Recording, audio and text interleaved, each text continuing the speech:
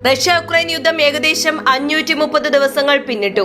പാശ്ചാത്യ രാജ്യങ്ങളെ സംബന്ധിച്ച് ഉക്രൈൻ വിജയിക്കണം, റഷ്യ പരാജയപ്പെടണം. റഷ്യയെ സംബന്ധിച്ച് ആരും വിജയിക്കണമെന്നുമില്ല, ആരും പരാജയപ്പെടണമെന്നുമില്ല.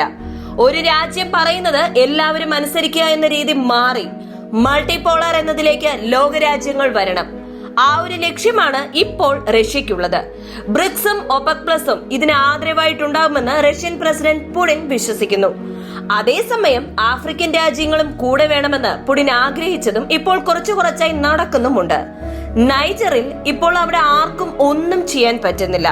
അവിടെയുള്ള EZOWS ആയാലും പാശ്ചാത്യ രാജ്യങ്ങളായാലും. നൈജറിന് ഒരു കാലാവധിയൊക്കെ കൊടുത്തിട്ടുണ്ടായിരുന്നു, അതും അവസാനിച്ചു. എന്നാലും ഇതുവരെ ആർക്കും ഒന്നും ചെയ്യാൻ പറ്റാത്ത അവസ്ഥയിലാണുള്ളത്. ഫ്രാൻസിലെ മാക്രോന്റെ തീരുമാനത്തിന് അവിടെയുള്ള സെനറ്റേഴ്സ് തന്നെ എതിർപ്പ് അറിയിക്കുന്നു എന്ന് പറയുമ്പോൾ ഫ്രാൻസിന്റെ പേരും അവിടെ ഡാമേജ് ആയിട്ടുണ്ട്.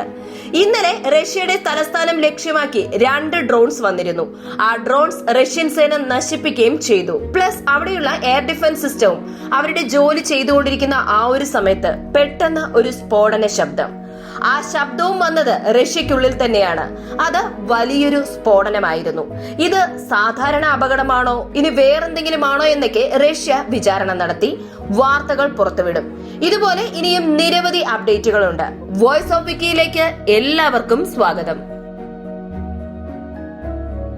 ആദ്യത്തെ അപ്ഡേറ്റ്, റഷ്യയിൽ നടപ്പാക്കിയ ഒരു നിയമം. LGBTQ ട്രാൻസ്ജെൻഡേഴ്സ് ഇവരുടെ നിയമം കുറച്ച് കണിശമാക്കിയിട്ടുണ്ട്. ട്രാൻസ്ജെൻഡേഴ്സിനെക്കാളും LGBTQ എന്ന കമ്മ്യൂണിറ്റിയുടെ നിയമം റഷ്യയിൽ നടക്കില്ല. ഇത് ഓരോ കുടുംബത്തിലും പ്രശ്നങ്ങൾ ഉണ്ടാക്കും. ഭാര്യ ഭർത്താവ്, അല്ലെങ്കിൽ ഒരു സ്ത്രീ ഒരു പുരുഷൻ, ഇതല്ലാതെ സ്ത്രീക്ക് സ്ത്രീയോട്, പുരുഷന് പുരുഷനോട്, അതായത് ഈ ഒരു LGBTQ എന്ന സമ്പ്രദായം വേണ്ട എന്ന ചില നിയമങ്ങൾ പുടിൻ രൂപീകരിച്ചിരുന്നു. ഈ നിയമവും പാശ്ചാത്യ രാജ്യങ്ങൾക്ക് എതിരാണ്. കാരണം പാശ്ചാത്യ രാജ്യങ്ങൾ മറ്റു പല രാജ്യങ്ങളുടെ കൾച്ചർ ഇല്ലാതാക്കാൻ, നശിപ്പിക്കാൻ അവർ ഇൻഡയറക്റ്റ് ആയി യുദ്ധം ചെയ്യുന്നത് പോലെ ഇങ്ങനത്തെ കുറച്ച് കാര്യങ്ങൾ പ്രചരിപ്പിക്കുന്നു. ഇപ്പോൾ നമ്മുടെ രാജ്യത്തുമുണ്ട് ഇങ്ങനെയുള്ള കാര്യങ്ങൾ. പണ്ട് ആരും കാണാതെയും കേൾക്കാതെയും ഇരുന്ന കാര്യം ഇപ്പോൾ 4 പേരുടെ മുന്നിൽ വെച്ച് ഞങ്ങൾ ഇങ്ങനെയാണ് എന്ന് വിളിച്ചു പറയാൻ പറ്റുന്നത്രയും വളർന്നു നിൽക്കുകയാണ്.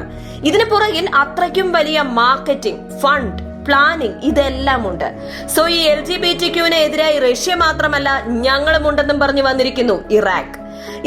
ഇന്നലെ കുറച്ച് പുതിയ നിയമങ്ങൾ രൂപീകരിച്ചിട്ടുണ്ട്. മുഴുവനായും LGBTQ കമ്മ്യൂണിറ്റി അവർക്ക് എതിര് തന്നെയാണ്.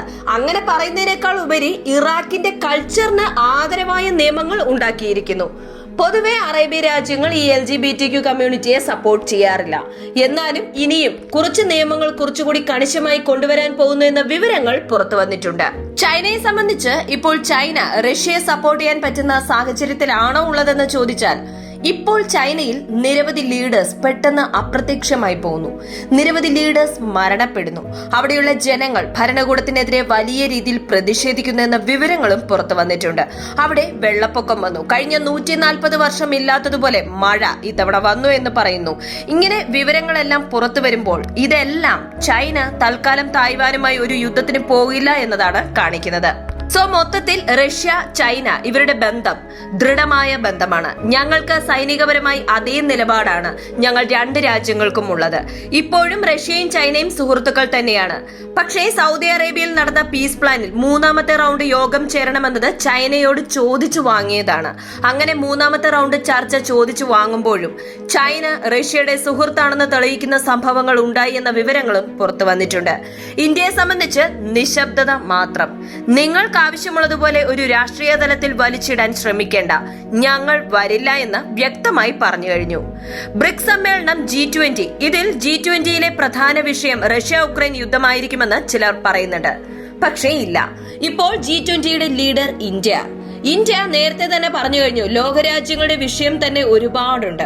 അതിൽ പ്രത്യേകിച്ച് 2 രാജ്യങ്ങളുടെ കാര്യങ്ങൾ മാത്രം ചർച്ച ചെയ്യാൻ അല്ലെങ്കിൽ സംസാരിക്കാൻ ഞങ്ങൾക്ക് താല്പര്യമില്ല. സോ റഷ്യ ഉക്രൈൻ യുദ്ധത്തെക്കുറിച്ച് സംസാരിക്കാൻ ഇനി മറ്റൊരു യോഗം പോലും ചേരാൻ താല്പര്യമില്ല എന്ന് ഇന്ത്യ പറഞ്ഞു കഴിഞ്ഞു. അങ്ങനെ ഇരിക്കുമ്പോൾ ഇപ്പോൾ ട്വിറ്ററിലെ നിരവധി പോസ്റ്റുകൾ റഷ്യ ഉക്രൈൻ യുദ്ധമാണ് G20 സമ്മേളനത്തിൽ ചർച്ച ചെയ്യാൻ പോകുന്നത് എന്ന രീതിയിൽ ഷെയർ ചെയ്തിരിക്കുന്നു.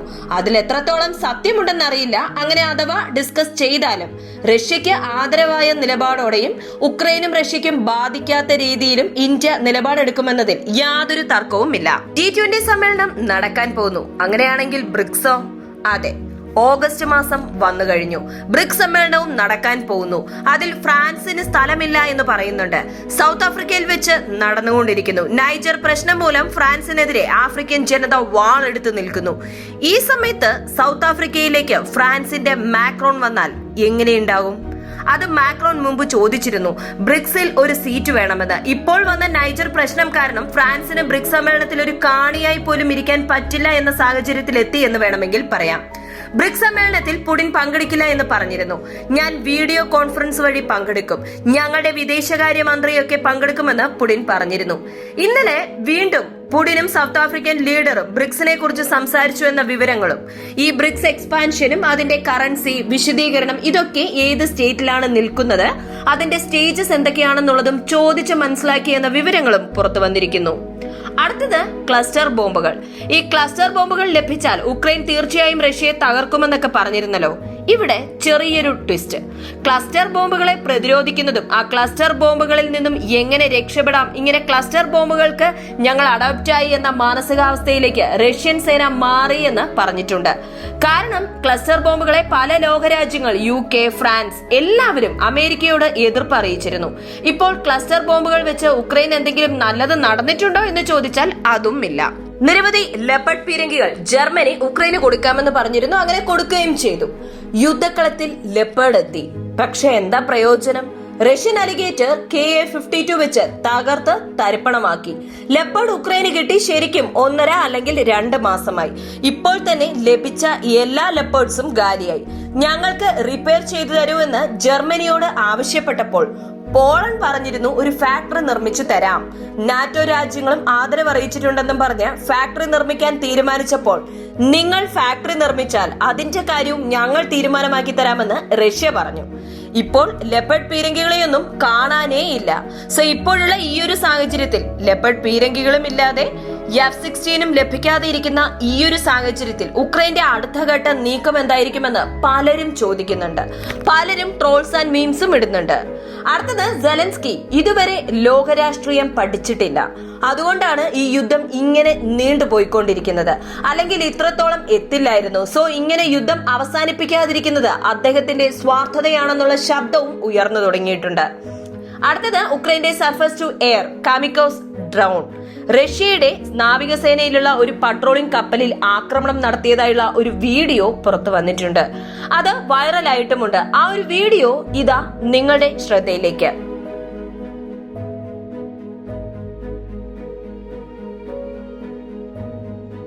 മോസ്കോയിൽ ഒരു വലിയ എക്സ്പ്ലോഷൻ ഉണ്ടായി എന്ന് പറഞ്ഞല്ലോ, അതിന്റെ ഫുട്ടേജ് ഇതാണ്. സാധാരണ മോസ്കോയിൽ നടക്കുന്ന ഇങ്ങനെയുള്ള അസ്വസ്ഥതകൾക്ക് ഞങ്ങളാണ് കാരണമെന്ന് ഉക്രൈൻ പറയുന്നതാണ്. പക്ഷേ ഈ ഒരു എക്സ്പ്ലോഷന്റെ കാര്യത്തിൽ അവർ ഒന്നും തന്നെ ഇതുവരെ പറഞ്ഞിട്ടില്ല. അടുത്തത് കരിങ്കടൽ. കരിങ്കടലിനെ സംബന്ധിച്ച് നോക്കിയാൽ വീണ്ടും ഞങ്ങൾ ഫൈറ്റ് ബാക്ക് ചെയ്യും. ഞങ്ങളുടെ കയറ്റുമതിക്കായാലും റഷ്യയുടെ നാവികസേനയെ എതിർത്തായാലും ഫൈറ്റ് ബാക്ക് ഉണ്ടാകുമെന്ന് ഉക്രൈൻ പറഞ്ഞിരിക്കുന്നു. ഉക്രൈന്റെ ഫൈറ്റ് ബാക്ക് എങ്ങനെയായിരിക്കുമെന്നും ധാന്യ കയറ്റുമതിയിൽ പല പ്രശ്നങ്ങളും വന്നിരുന്നു.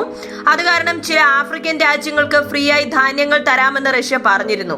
അത് അമേരിക്ക വിമർശിച്ചിരിക്കുന്നു. അതെന്താണെന്നൊക്കെ അടുത്ത വീഡിയോയിൽ കാണാം. ഈ വീഡിയോയെക്കുറിച്ചുള്ള നിങ്ങളുടെ വിലയേറിയ അഭിപ്രായങ്ങളും നിർദ്ദേശങ്ങളും കമന്റായി ചേർക്കുക. അടുത്ത അപ്ഡേറ്റിൽ കാണാം. നന്ദി, നമസ്കാരം.